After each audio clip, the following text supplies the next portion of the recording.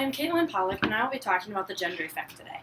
A gender-equal society would be one where the gender does not exist, where everyone can be themselves. And this was said by Gloria Steinem. It is important for the public to know about the gender effect. There are many different types of gender inequalities, including natality, basic facility, professional, and household.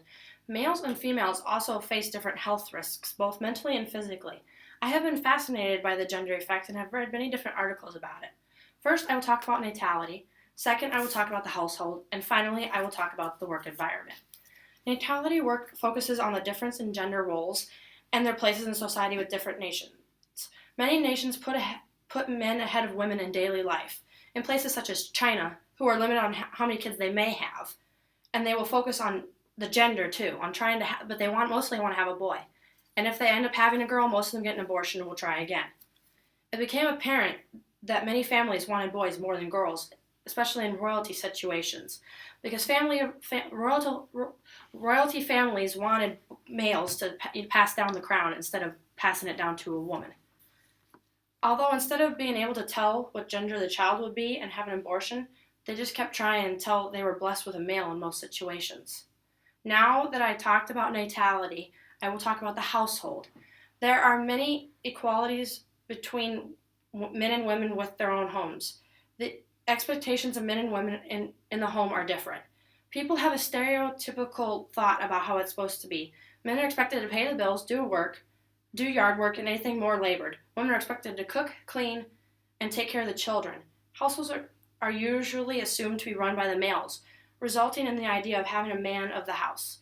When the children want money, they usually go to their father, although when the children want emotional support, they tend to seek out their mother.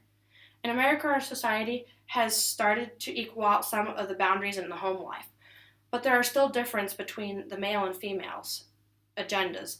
In other countries, though, women are looked down on in family life even. Certain places view women as means of reproduction, and that's about it. Now that I've talked about what life is expected to be at home, I'll talk about how it is in the work environment.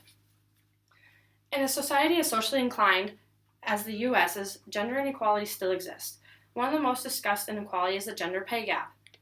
Why should men be paid more for doing the same work as women?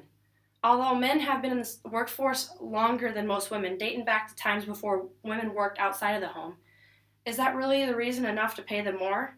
Many businesses would say yes. According to the Gender Equality Index, the more experience you have, the better work you should put out.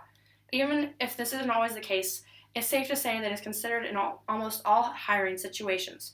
According to Harvard University, on average in 2010, women only made 77 cents to a dollar of every man earned. Females aren't the only ones facing jobless because of the opposite gender, though. Males are discriminated against in certain parts of the work world, too. How often do you see male waiters? Not nearly as often as you see females. Females are usually visually more appealing and encourage more customers to come back. In the food world, the women usually work up close and personal with the customers, whereas the men tend to work in the kitchens. Women are able to give a certain sexual appeal that men aren't believed to be able to do. Now I have told you about the men and women in the workforce. First, I talked about natality. Second, I talked about how they are treated in the household. Finally, I talked about their work environment. There are many types of gender inequalities, including natality, basic facility, professional, and household. Males and females also face different health risks, both mentally and physically. In conclusion, men and women face many different challenges on a daily basis, just because of their gender. In some ways, we have all been.